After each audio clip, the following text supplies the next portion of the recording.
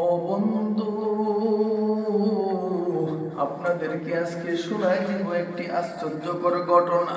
আপনার জন্য আমার জন্য দয়াল নবীজি কেমন পাগল ছিল, এই কারণেই তো কবিরা বলেছেন, আরে রহমতে আলম গো নবী রহমতে আলম, উম্মতের কান্ডার গো নবী রহমতের ভান্ডার।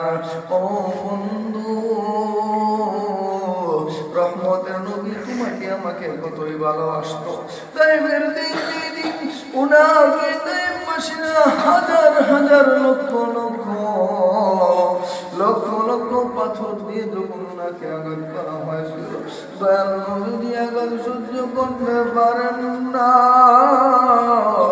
দয়াল নবীজি সেই আঘাত সহ্য করতে পারতেছেন না। এইভাবে যখন উনার ভালো পুত্র যখন সাথে ছিল, জায়েদ যখন সাথে ছিল, বলতেছেন, ও তাইফের যুবকেরা, তোরা আমার নবীকে, তোরা আমার বাবাকে তোরা আঘাত করিস না।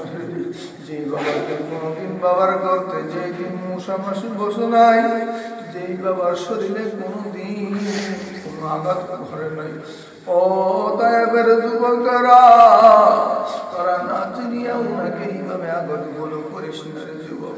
ও বন্ধু, আপনাদেরকে লম্বা চূড়া কোন ঘটনা নয়, আশ্চর্যকর ঘটনাটি ইনশাআল্লাহ শোনায়া দিব।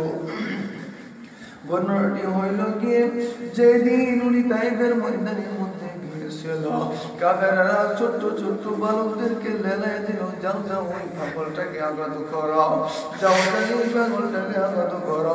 চতুর্পাশ দিয়ে, চতুর ডান থেকে বাম থেকে সামনে থেকে যখন তাইফের সেই যুবকেরা যখন ওনাকে আঘাত করতে লাগলেন, এক পর্যায়ে দেখা গেল ওনার শরীর মুবারক হইতে রক্তগুলো ঝরতে লাগলেন। এইদিকে আল্লাহ রাব্বুল আলামিন সহ্য করেন নাই, বলতেছেন আর দেরি করা যাবে না, দেরি করা যাবে না রে, তাড়াতাড়ি যা, তাড়াতাড়ি তাড়াতাড়ি তুই যা, না হইতে আজকে কিন্তু আমি দুনিয়া শেষ করে দিব। যেই কারণে আমার নবীকে তৈরি করলাম, যেই জন্য আমি দুনিয়াকে বানায় দিলাম, যেই রহমতের নদীর কারণে সব কিছুই পয়দা করে দিলাম, ও বন্ধু, সেই নবী আজকে তাইফবাসীর আঘাত করতেছে, ওনার শরীর হইতে রক্তগুলো বাইর হয়ে যাইতেছে। বন্ধু, ওনার শরীর হইতে যদি এক ফোঁটা রক্ত যদি জমিনের বুকে যদি পড়িয়া যায়, তাহলে জমিনকে আল্লাহ রাব্বুল আলামিন চুরমার করে ভেঙে ফেলবেন, ডাবায় দিবেন। এই কথাই করতেছিলেন, হঠাৎ করে রহমতের নবীজির গায়ের ভিতরে যখন পাথরগুলো বিঁধতেছিল, রহমতে আলম নবীজি উম্মতের মায়ায় আস্তে আস্তে শরীরের রক্তগুলো শরীরের সাথে এইভাবে মিশায় দিতেছিল রে যুবক। ও যুবক, কাকে ভালোবাসলা, কার মহব্বতে পইরা রইলা? যেই নবীজি তোমাকে এত ভালোবাসলো, সেই নবীজিকে তুমি একবার ভালোবাসতে পারলা না রে যুবক। এই কারণেই তো কবিরা বলেছেন, মন যদি দিতে হয় নবীকে দিও, মন যদি দিতে হয় নবীকে দিও, ও ভালো যদি বাসতে হয় নবীকে বাসো, মন যদি দিতে হয় নবীকে। তোমার কষ্ট যত না নবী সইতে পারে না, তোমার কষ্ট যত না নবী সইতে পারে না, সেই নবীজির মুহাব্বতে দুরূদ পড়িও। জুড়ে বলা যাবে ঠিক ঠিক না?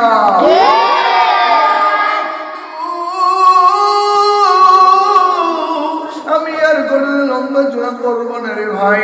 যেই দিন তাইফের মধ্যে যখন নবীজির গা মুবারক থেকে যখন রক্তগুলো বাইর হইতে লাগলো, এইভাবে উনি শরীরের মধ্যে মাসিল করে দিতেছেন। আর মিলায়া দিতেছেন। এই কারণে মিলায়া দিতেছেন, যদি রহমতে আলম নবীজির গা মোবারক থেকে যদি এক ফোঁটা রক্ত যদি জমিনের মধ্যে পড়িয়া যায়, জমিনকে আল্লাহ রাব্বুল আলামিন শেষ করিয়া দিবেন। এইভাবে যখন সারা শরীর রক্তাক্ত রক্তাক্ত নবীজি তখন আর হুঁশ রইল না। ওপর থেকে আল্লাহ রাব্বুল আলামিন জিবরাইলকে বলতেছেন, ও জিবরাইল আর দেরি করিস না রে জিবরাইল, আর দেরি করিস না জিবরাইল। যেই নবীর কারণে দুনিয়া বানায় দিলাম, আসমান বানায় দিলাম, এমনি ভাবে নদী বানায় দিলাম, কলম বানাইলাম, সিদরাতুল মুনতাহা সৃষ্টি করিলাম, সেই নবীজি আজকে দেখতায় যুবকের হাতে আজকে অত্যাচারিত হইতেছে। ও বন্ধু, তোমার কারণে আমার কারণে কিন্তু আল্লাহ রাসূল কিন্তু এইগুলো করেছিলেন। এই কারণে আল্লাহ রাব্বুল আলামিন বলেছেন,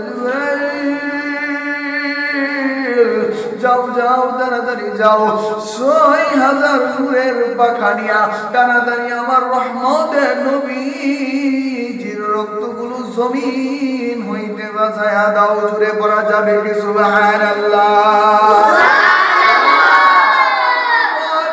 তোমাদের কাছে আজকে লম্বা জোরানো নিয়াদ করবো না গো ভাই।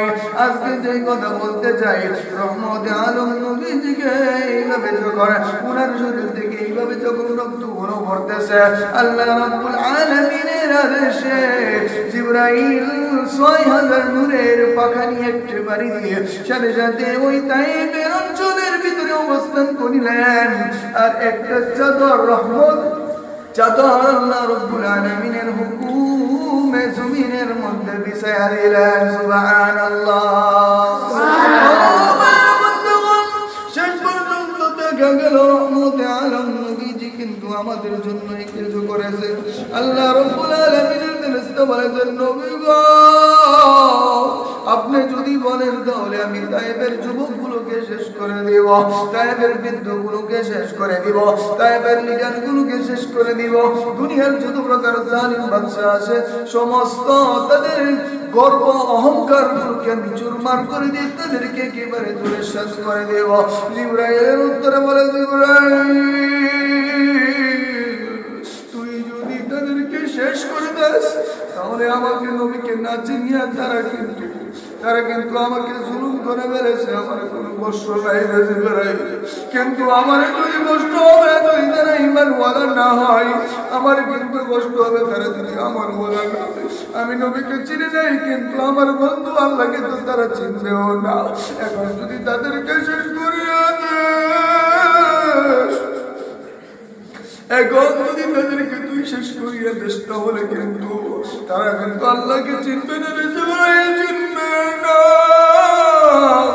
এই কারণে আমি বলতে চাই তাদেরকে তুই শেষ করে দিস না রে জিবরাইল। বারবার বলতেছেন আপনার নবীজি আপনার গায়ে কতগুলো আঘাত করেছে, আপনার রক্ত মুবারক পর্যন্ত জমিন ভিজিয়ে যাওয়ার ভাব। ও বন্ধু, শেষ পর্যন্ত আল্লাহর নবীজির কথাই তায়েফবাসীদেরকে শেষ করে দেন নাই। এরপর থেকে কিন্তু ইসলামের সুশীতল ছায়ার ভিতরে তারা কিন্তু একে একে এসেছিল। রহমতের নবীজি আলমের সেই শানশকত তারা কিন্তু বুঝেছিল। ও বন্ধু, উনি যখন এই জমিন থেকে যখন কমপ্লিটলি ওনার সফর শেষ করে গিয়েছিলেন, আয়েশা সিদ্দিকা রাদিয়াল্লাহু তাআলা আনহা একদিন রহমতে আলম নবীজিকে গোসল করাইতেছিলেন।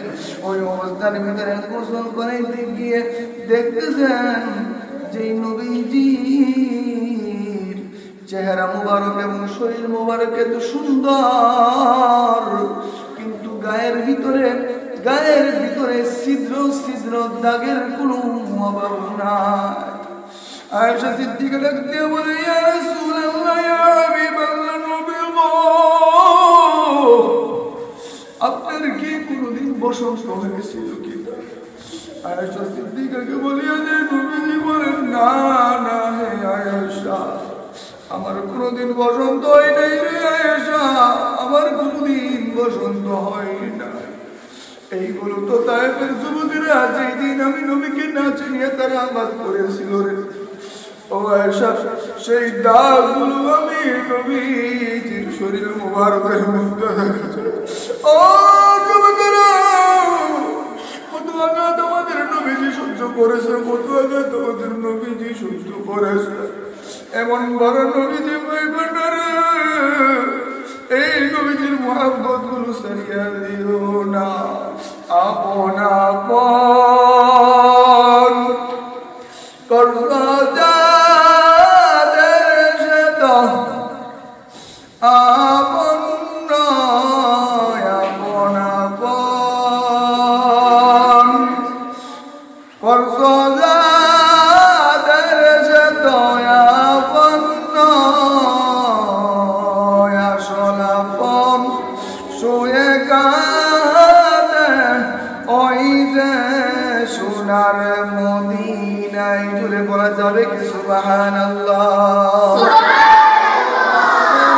বন্ধুগণ, এইভাবে কিন্তু রহমত আলম নবীজির দেহ মুবারকের মধ্যে কিন্তু আঘাত করেছিল, কিন্তু শেষ পর্যন্ত দেখা গেল উনি কিন্তু অভিশাপ করেন নাই, উম্মতের জন্য শুধুমাত্র দোয়া করেছেন। ও বন্ধু, এই বলে শেষ না। একদিন হযরত আয়েশা সিদ্দিকা রাদিয়াল্লাহু তাআলা আনহা দেখতেছেন রহমত আলম নবীজি রাত্রের বেলা নামাজের মধ্যে দাঁড়ায় গিয়েছেন, কিয়ামুল লাইলের মধ্যে দাঁড়ায় গিয়েছেন। রাত্রের বেলা এত বড় লম্বা নামাজ দুনিয়ার জীবনে কোনোদিন দেখে নাই। এইভাবে যখন সিজদার মধ্যে গেলেন, আয়েশা মনে করতেছেন আমাদের নবীজি বুঝি দুনিয়ার বুক থেকে বিদায় নিয়েছেন। এত বড় লম্বা সিজদা উনি কোনোদিন দেখে নাই, এত বড় লম্বা সিজদা কোনোদিন দেখে নাই। উনি মনে মনে ভাবতেছেন নবীজি মনে হয় দুনিয়ার বুকে নাই। পায়ের মধ্যে যখন এইভাবে যখন ধরলেন, তখন বুঝতে পারলেন হ্যাঁ জীবিত আছে আমাদের নবীজি, দয়াল নবীজি দুনিয়ার বুকে জীবিত আছেন। শেষ পর্যন্ত উনি বলতেছেন এখনো যেহেতু উঠেন না, তাহলে ওনার মুখের কাছে কানটা পেতে শুনি উনি কি বলতেছেন, কি চাইতেছেন। মহান রব্বুল আলামিনের কাছে একটাই শুধুমাত্র আওয়াজ শুনলেন। উনি যখন কান পাতলেন, তখন উনি শুনতেছেন রব্বি হাবলি ইয়া উম্মতি। সুবহানাল্লাহ পড়েন ভাই, সুবহানাল্লাহ। আল্লাহু আকবার, কত বড় কথা ভাই। গায়েবের মধ্যে আঘাত করা হইল, রহমতের নবীজি বলতেছেন আমার উম্মতদেরকে মাইরো না। গায়েবের পর কত কষ্ট হয়ে করলো, নিজের ভূমিটা ছেড়ে দেওয়া হইল, নিজের উম্মতের কাছে দিনের দাওয়াত পৌঁছে দেওয়ার জন্য কত কষ্ট উনি করছে। আজকে আমরা ইসলাম পাইছি, নবী পাইছি, নবীকে নিয়ে দল মত নির্বিশেষে আমরা কত কিছু করতেছি। আমরা নবীকে নিয়ে মাসআলা ফিট করি। ও ভাই, ও বন্ধু, নবী কিন্তু চলে গেছেন, কিন্তু ওনার আদর্শ চলে গেছে। আনা খাতামুন নবিয়্যিন লা নবিয়্যা বাদি।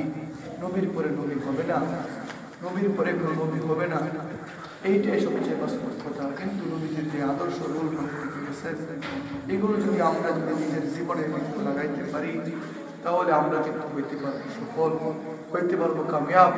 আর নবীজির দুশমনী যারা করবে, নবীজির দুশমনী যারা করবে, নবীজির বিপক্ষে যারা মাসআলা করবে, নবীজির বিরুদ্ধে যারা দাঁড়িয়ে যাবে, নবীজির দুশমনেরা তোমরা হুঁশিয়ার হয়ে যাও, নবীজির দুশমনেরা তোমরা হুঁশিয়ার হয়ে যাও।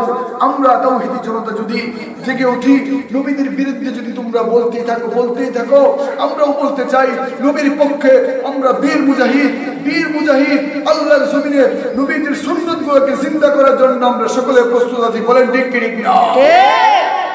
আল্লাহ তাআলা আমাদের সকল মানুষকে নবীজির পক্ষে, নবীজির সুন্নাতগুলোকে জিন্দা করিবার তৌফিক দান করুন। আলাইহি তাওয়াক্কালতু ওয়া ইলাইহি উনীব।